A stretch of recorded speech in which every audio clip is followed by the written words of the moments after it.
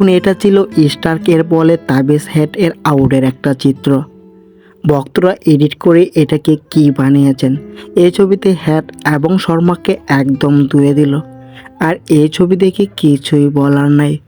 এই ভিডিওটিতে দেখুন মির্জাল স্টার্ক আধ্যাত্মিক শক্তি নিয়ে হাজির, একাই যেন ধ্বংস করে দিবে সানরাইজ হায়দ্রাবাদকে।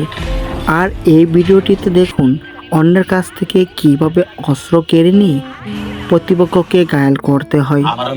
আর এই ভিডিওটিতে দেখানো হয়েছে প্যাট কামিন্সের ম্যাচ ফিক্সিং এর চিত্র।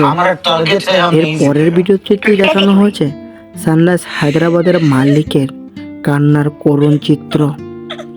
আর সর্বশেষ ভিডিওটিতে দেখানো হয়েছে গৌতম গম্ভীর তার দলবল নিয়ে বিদায় করে দিল প্যাট কামিন্সকে।